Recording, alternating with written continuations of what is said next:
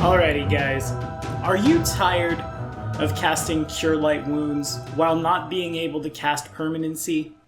Are you all about Mage Armor but also Righteous Might? Cool! Then I have the min-maxing for fun and profit for you today at the request of the Black Dragon Disciple AJ Parker, who basically has had the run of things this week. We're going to talk about the class that he is playing in Pathfinder Kingmaker. That's right, today is all about the prestige class, Mystic Theurge. If you're liking what you're seeing, like, subscribe, ding that bell, stay caught up with all your Pathfinder 1st and 2nd edition content. And today, this episode of Min-Maxing for Fun and Profit was brought to you in part by the man who's requested like everything this week, Mr. AJ Parker. Thank you for your support, AJ. You the man. Now, let's hit it. Okay, so there are probably, 1.5 billion different ways we can abuse the Mystic Theurge, because the Mystic Theurge is a class that can do so much depending on what you were before you prestiged in. All you need is levels in 1 Arcane Caster, levels in 1 Divine Caster, and you run up from there. So you could be a Wizard Cleric, you could be an Arcanist Oracle, a Bard Druid, Paladin Blood Rager Mystic Theurge, you name it. And this request is coming from Kingmaker. However, it's not a request I'll fulfill in Kingmaker, as Kingmaker will have spells added to it, Kingmaker will have patches added to it. Truly, we cannot build around a game that gets regular updates. Hard to optimize something when I haven't seen the full spell list, right? Anyway, to be Mystic Theurge, one must have 3 ranks in Knowledge Arcana and Knowledge Religion, and be able to cast 2nd level Divine spells and 2nd level Arcane spells. Our Mystic Theurge is going to be a combination of the Druid and the Sorcerer. Now, yes, spontaneous casters get their spells a little slower, and so we'll need to have 4 Sorcerer levels before we qualify, but I think the Bloodline Arcana is just so worth it. Specifically, we're doing that cross-blooded thing again. This time, the Orc and Fey bloodlines, so we can be this guy, right here, from Wilderness Origins. Yeah, no, JK. We're choosing those bloodlines because those bloodlines are powerful. They also help our character stay diversified. Diversification is kind of the name of the game with the Mystic Theurge. As I'm sure we all know by now, as I've been screaming into the void, the Fey bloodline gives us a +2 on our compulsion spells. The Orc bloodline gives us a +1 per die rolled to damage when we cast a spell that would deal damage, to make sure we can excel at both. Our Druid will not be a regular Druid, it will be a FEYSPEAKER Druid, for a couple reasons. First off, and most importantly, the FEYSPEAKER Druid uses Charisma instead of Wisdom for that key spellcasting ability, meaning we don't have to have a high Charisma and a high Wisdom, or we don't have to have our Sorcerer use one of its bloodlines to cast off its Wisdom. This will mean we'll get our Wild Shape a little slower. Yeah, Wild Shape's real good, but we're here to do a casting. But also, at set amounts of levels, the FEYSPEAKER adds 1 enchantment or illusion spell from the Sorcerer Wizard spell list to the Druid spell list, which, might be really good for our Fey bloodline for a couple of reasons. We'll talk about that in a second. So far as the build goes, we're basically benchmarking around the Mystic Theurge's capstone because I think it's really cool. Whether you take your Sorcerer or Druid levels first is entirely your call. Your pet will be good early game, but will certainly, even with Boon Companion, fall off late game. If you think you need those D8s and Entangles at the early game, do that. If you'd rather have Sleep and Magic Missile, go the Sorcerer route. Once we qualify, which is at level 7, we'll take our next 10 levels consecutively as a Mystic Theurge, then finish out the last 3 as a Druid.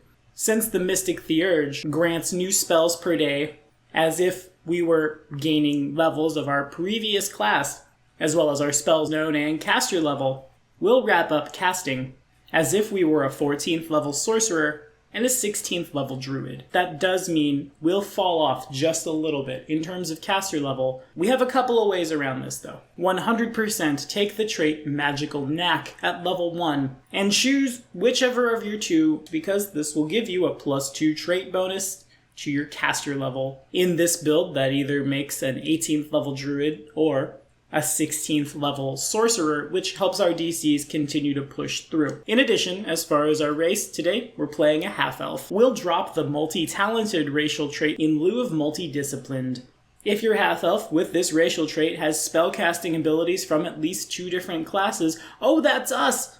The effects of spells we cast from those classes are calculated as though our caster level were 1 higher, to a maximum of character level. Again, a full druid or a full sorcerer will have a slightly higher DC, but we replace that DC with a couple of really sweet abilities. Combined Spells says that the Mystic Theurge can cast spells from one of their spellcasting classes using slots from the other. That means, at first level, you can prepare first level spells from one spellcasting class using second level slots, and every 2 levels thereafter, the level of spells that can be cast like this goes up by 1 to a maximum of 5th at a 9th level Mystic Theurge. These spells, of course, taking up level 6 slots. Our spontaneous casters, and that's half, roughly-ish, depending on how you do your math here, of us, can only select spells that they've prepped that day using non-spontaneous classes, even if those spells have already been cast. So if that's about as clear as mud to everybody, if we were a Cleric, Sorcerer, Mystic Theurge, can you tell this class is really old, by the way? Otherwise, they'd of course say Oracle Sorcerer, much gooder.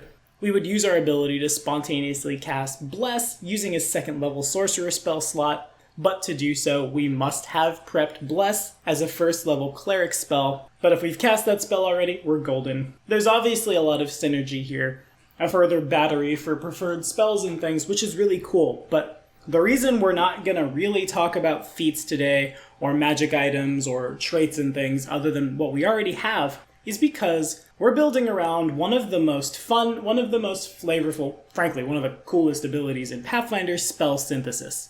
This is the Mystic Theurge's capstone, and it says that at 10th level, the Mystic Theurge can cast 2 spells, 1 from each of their spellcasting classes using 1 action. Both of these spells must have the same casting time, but the Mystic Theurge, hey, that's us, can make any decisions concerning that spell independently. Any target affected by both of the spells takes a -2 penalty on saves against each of them, and the Mystic Theurge receives a +2 bonus on caster level checks to overcome SR. Of course, we can only do this once per day. I really wish Spell Synthesis started at level 1, or like level 2, level 3, and went up X number of times per day to cap at 3 or 4 at 10th, but it is what it is. Now let's talk about just how scary that is. Casting 2 spells at one time can turn the action economy on its head and is probably the most diverse anything I've ever seen in my career. But I do have some special spell combos for our particular Mystic Theurge that I would like to highlight. First things first, since we're adding some enchantment spells to our spell list through the FEYSPEAKER, the ability to double tap does in fact exist, and what I mean by that is cast Hold Person from the Druid list, Hold Person from the Sorcerer list, or bigger enchantment spells of the like at the same guy. Doing so essentially says that whatever you've targeted is rolling with disadvantage, except for the fact that both the die rolls matter, and you have a +2 to beat SR. That's before any other, and there's a lot of things we can do to break spell resistance, which by the time this ability is online is crucial, because everything will have it. We'll talk more about the probability of that when we discuss the Witch and the Shaman, which is coming up pretty soon. Suffice to say, probability says they'll probably fail one of those unless they're just way over our heads. On the other side of that, and I can't credit myself for this one, this was all Lucia, staple spells are great.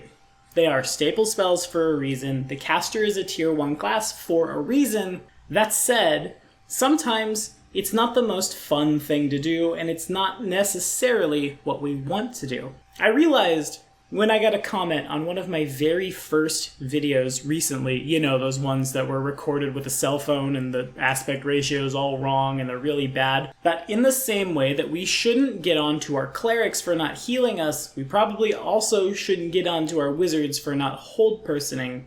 The Mystic Theurge can combine that staple ability with the ability to, do what you want in your game. I'm calling this one staple plus flavor. Say there's a spell you really like, or a spell that, classically speaking, isn't the best at doing what it does. Say, like, Flaming Sphere. I know that's not the best example because we're at higher level, but you get the idea. What if you really like that spell? But also someone needs to be paralyzed, we need to drop an Entangle, you need to drop whatever control spell or heal spell from the druid needs to happen. Spell Synthesis allows us to do both. Everyone's happy. The Marshal's job is made easier and they aren't getting kicked in by scary boss monster things, but you also got to do the thing you wanted to do.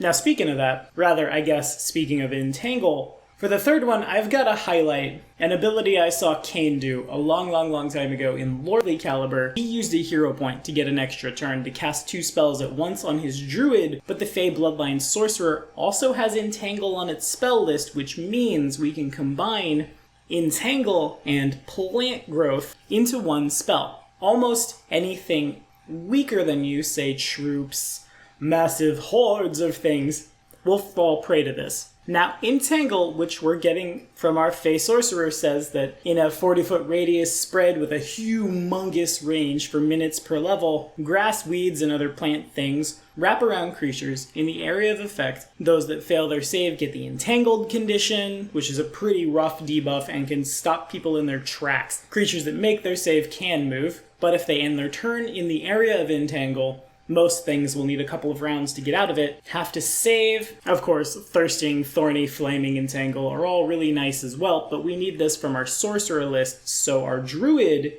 can cast Plant Growth at the same time, which causes plants within the same range, nice, to become thick and overgrown. Those plants entwine to form a thicket or jungle that creatures have to hack or force their way through, which drops their speed to a square, or if they're larger, 2 squares. If this spell is cast on an area that is already affected by a spell or effect that enhances plants like, Entangle, and you're casting them at the same time, that seems only fair, right? The Mystic Theurge gets to choose how things resolve. Let Entangle go off that much faster. The DC involved with Entangle is increased by 4. Yeah. If you're still fighting things that are on the ground, or like flying through trees and the trees can grab them, this shuts off encounters faster than casting Black Tentacles twice from the floor and the ceiling of the dungeon, which is also good. One of the bigger entangles, say Thirsting Entanglement, which works the same but it's a 4th level druid spell, meaning the DC will be a little higher, starts doing con damage. Yeah, it's only 1d2, but if I fail that save 3 times, that could be 6 con damage, which is disgusting, and what better way, again, especially if they're on the ground, to, I don't know, maybe those plants are a little sappy, maybe those plants knocked over like a pot of something, I don't know, you figure it out, but cast Grease in it, is what I'm saying, so suddenly everyone has to spend a move action standing up, slowing them down even further, and then if they're still stuck, cast Plant Growth right on top of it next turn, or have yourself a merry little quickened meta magic rod, right? You see what I mean? Folks are gonna get wrecked. And you know what else, actually? You're an Orc Bloodline Sorcerer. You've cast a spell that does damage. 1d2 plus 1 gets scary over the course of a couple rounds when it's hitting your con. I didn't even realize that was a thing when I started making this video. I really want to play this. Anyway, at high level play, as I'm sure we all know, playing a Blaster caster, that is to say, playing a caster that wants to throw elemental damage at the bad guys, is kind of less than optimal, because, immunities aside, a lot of things in high level play will resist 20 or 30 points of that particular element. Now, the Mystic Theurge doesn't get around immunity, and that is one of the reasons we chose the Orc bloodline, not the Draconic bloodline, because just pivot your blasting spell around to suit, or take the elemental spell metamagic feat, but we're not going to go super in-depth on feats, really, it's just doubling up on elemental damage. A 16th level druid, so by 20th level, will have access to 8th level spells, Stormbolts, costing a standard action, starts firing out bolts of storm, basically, in all directions. They don't harm natural vegetation or your friends that you don't want to hurt. That's a different conversation. But any other creature within the area takes a d8 of electricity damage, a max of 20 d8, and they're stunned for a round, with a fort save to have that damage and negate the stun. What if we cast that at the same time as, Chain Lightning, which is kind of like Lightning Bolt, but it bounces from target to target, each doing a d6 of electricity damage, a max of 20d6, to the primary target, and then bouncing over and over again to a number of secondary targets equal to your caster level on a reflex save for half damage, so you're rolling against two different saves. One of those is probably strictly lower than the other, and remember, those are -2 if you're hitting the same dude with both spells. Even if things are passing their saves or have a whole heck of a lot of resistance, if we're basically hitting them with the same spell twice, we brute force our way forward. The Mystic Theurge looks really good also on the traditional blaster caster for this exact reason. Yeah, you can only do it once a day, but once a day might be all you needed. Boss monster got a lot of resistance, well, double tap. Now, 2 more before we end it for today. This one I have to bring up because it's kind of hilarious. Remember that teleport is a standard action. Casting teleport at the same time as whatever spell the druid might need to cast, be it anything from Stormbolts to Entangle and back again, especially after some scrying, after some I know what's on the other side of that door, etc., makes you the ultimate surprise round monster. Short of someone having some forewarning that a powerful wizardy thing is going to open to the room and promptly blast at them, everyone should be caught with their pants down when you teleport plus whatever. Even if that teleport is just teleport plus, oh, I forgot, Cure Light Wounds on me. I'm a little hurt. Because you can also just drop all the party rogues, drop all the party barbarians, or why not both, into the middle of the boss room, into the middle of whatever delicate target you're trying to knock out, while at the same time getting a little bit of surprise action yourself. This gets even scarier if someone else in the party, maybe along the lines of, like, the alchemist has made potions of invisibility for everyone, or rings of invisibility on the party. Say, like, everybody but you. Sure, you're putting yourself at risk, but they didn't see all those rogues sneaking around until it was too late. Now, the Mystic Theurge is all about 2 for the price of 1, but of course our DCs fall off just a little. Now, we will definitely need ourselves a little bit of quickened metamagic on this one, probably in the form of a metamagic rod, as my favorite druid spell does take a round to cast, but Blazing Rainbow, choosing the bridge variant, creates a bridge or ramp 5 feet wide and up to 10 feet long per caster level. Creatures on the bridge are dazzled. We'll be fine, I think. Allies, hey, that's us, and the rest of the party, gain a bonus equal to your wisdom modifier. Now remember, we're casting off our charisma, so bonus equal to our charisma on checks, saves, and their CMD to resist being moved from the bridge against their will. The bad guys take a penalty. The fact that our caster level falls off a little kind of means nothing when we have something like a 36 charisma, and there's a -13 on everybody's saves, a +13 on all our friends, and then the sorcerer spell is left for whatever tech you need. Because Blazing Rainbow has no save, we're not targeting the bad guys, we're targeting beneath their feet. Even if that's just somebody flying overhead and we draw a bridge at their feet and then blast up, or teleport everybody up onto that bridge to fight the flying thing and quickly nuke it in a round. It's a lot of things, and scary is all of them. I could go on for a million years about the Mystic Theurge. I think the class is great.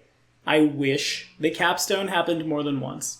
It is what it is, I suppose, so just remember, at level 10, you have that one super powerful mega ability, and with the power of spell slots, the Quickened Spell, Metamagic Feat, or a Quickened Metamagic Rod can help emulate this as you level, and when 2 for the price of 1 can, and again, doesn't necessarily have to, but this is a min-maxing video, so who am I kidding? Must absolutely have to. 2 tier 1 casters for the price of 1 is terrifying. What do you guys think? I'm sure because Mystic Theurge is a 3.5 from the beginning, converted up to Pathfinder Prestige class, a lot of people who hear my voice right now have played this thing. How'd you do it? What classes did you use? Give me some sweet spellcasting combos and throw them down in the comments so, our fellow nerds can kill all of our friends at the table, or, have a fun time. What am I saying? Anyway. Next week is going to be a very special episode of Min-Maxing for Fun and Profit. Yes, Ellie, I see your request for the anti-magic character. We'll get to it. But, in case you haven't heard, I am happy to announce I will be rejoining the Inn of Planar Crossroads alongside several of the disciples to finish up Rise of the Rune Lords. Since the IOPC squad has lost a lot of members, several of the disciples are coming with me, and we're all rolling up new characters. I've decided I really wanted to test myself, see if, I understand how this game works enough to play one of the most daunting classes in all of Pathfinder. Almost as much homework as the wizard. Next week, I'll share my notes with you guys on how to optimize the Brawler. See you then.